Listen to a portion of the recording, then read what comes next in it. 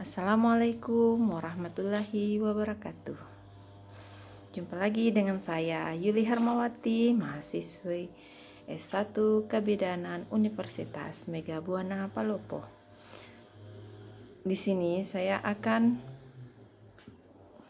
melengkapi sebuah tugas individu untuk membuat video dengan mata kuliah praktek profesional bidan yang dosen pengampuhnya Rismawati SSTMKes dengan topik contoh aspek perilaku sosial budaya dalam kebidanan, persalinan, bayi baru lahir, nifas, dan KB di wilayah Karosa.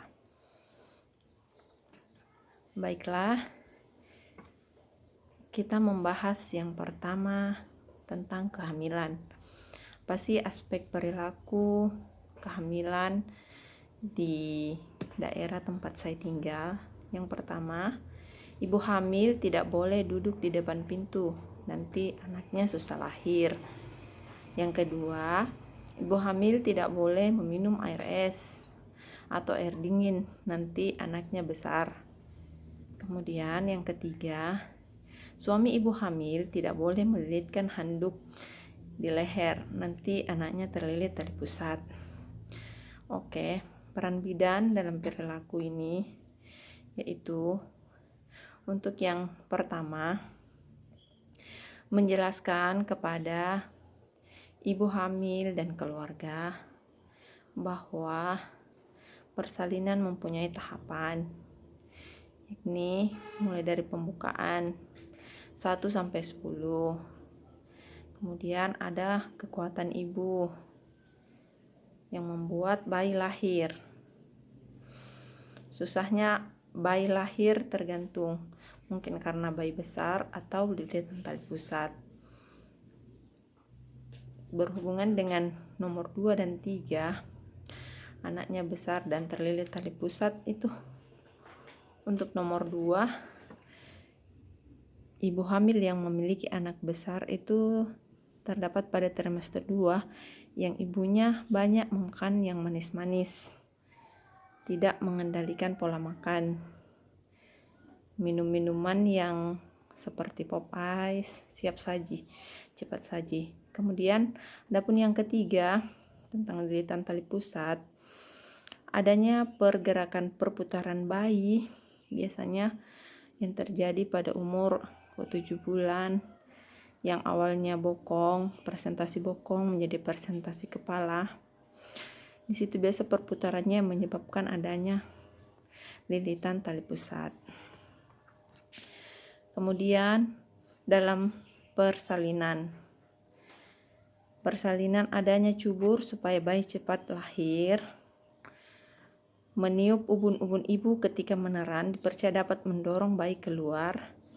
Terus mengikat perut ibu bagian atas agar bayi cepat turun atau cepat lahir.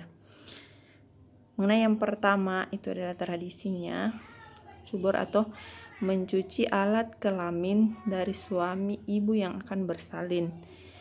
Kemudian airnya diminum, itu dapat dipercaya mempercepat persalinan. Peran bidan di sini menjelaskan persalinan melalui tahap dan proses. Proses yang tak seperti tadi yang saya jelaskan, adanya pembukaan 1 sampai 10, adanya kekuatan ibu dan his yang adekuat. Apabila semua mendukung, maka insya Allah bayinya cepat lahir. Kemudian meniup ubun-ubun ibu. Meniup ubun-ubun ibu merupakan untuk mendorong bayi keluar. Yang mendorong bayi keluar ialah kekuatan ibu dan cara meneran ibu yang baik. Kemudian adanya mengikat perut. Mengikat perut bisa membuat ibu sesak napas, sulit untuk bernapas.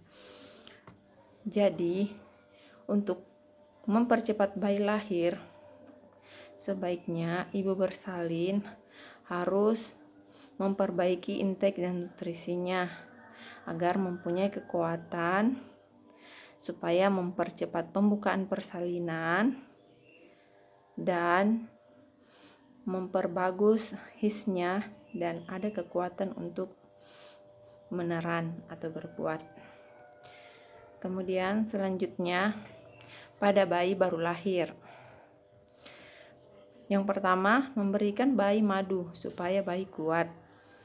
Kedua, memberi tai pertama atau mekonium pada alis bayi dipercaya mempertebal bulu alis pada bayi.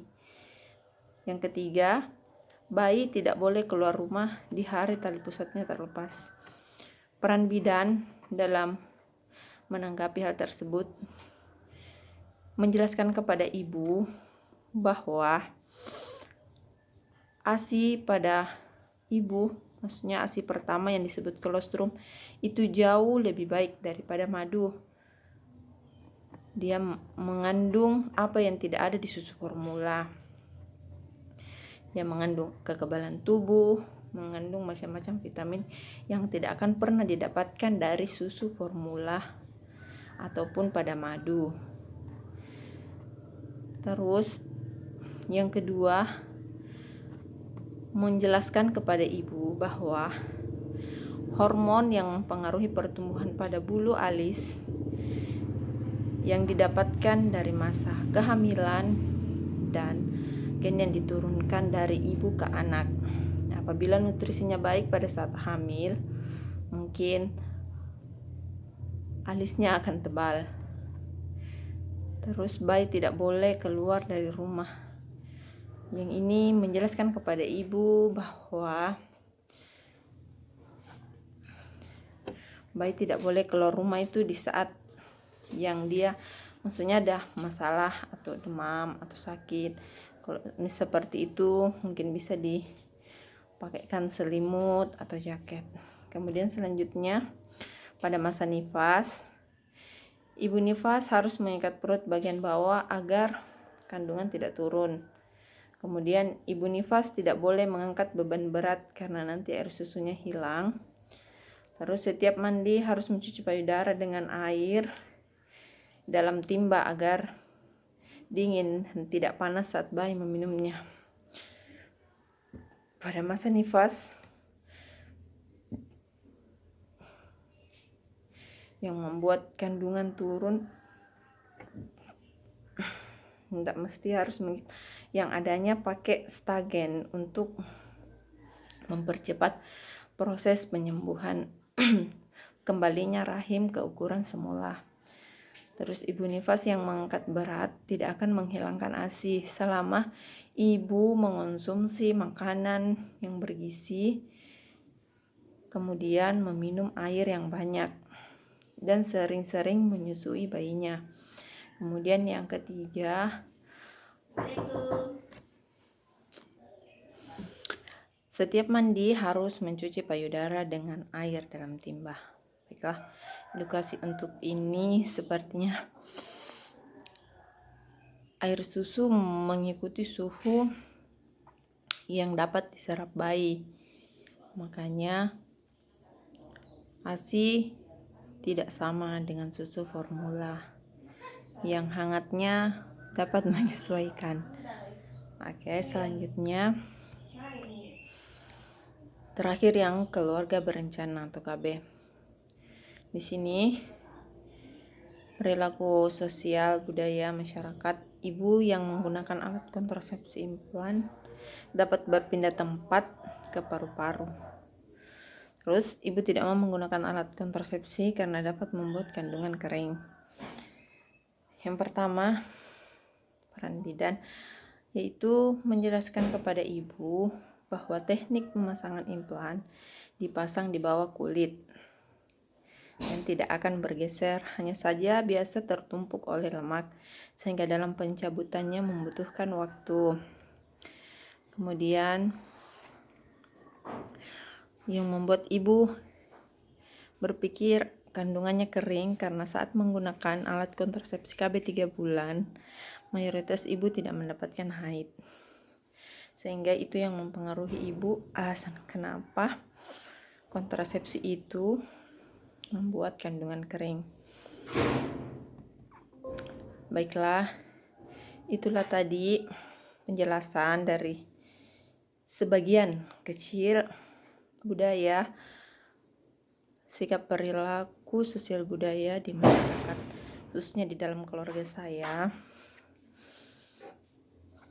Jadi kita sebagai bidan harus memberikan penyuluhan kepada tetangga, teman yang ada di sekitar kita mengenai aspek perilaku sosial, adanya pendekatan kepada tokoh-tokoh agama. Baik, sekian dari saya. Assalamualaikum warahmatullahi wabarakatuh.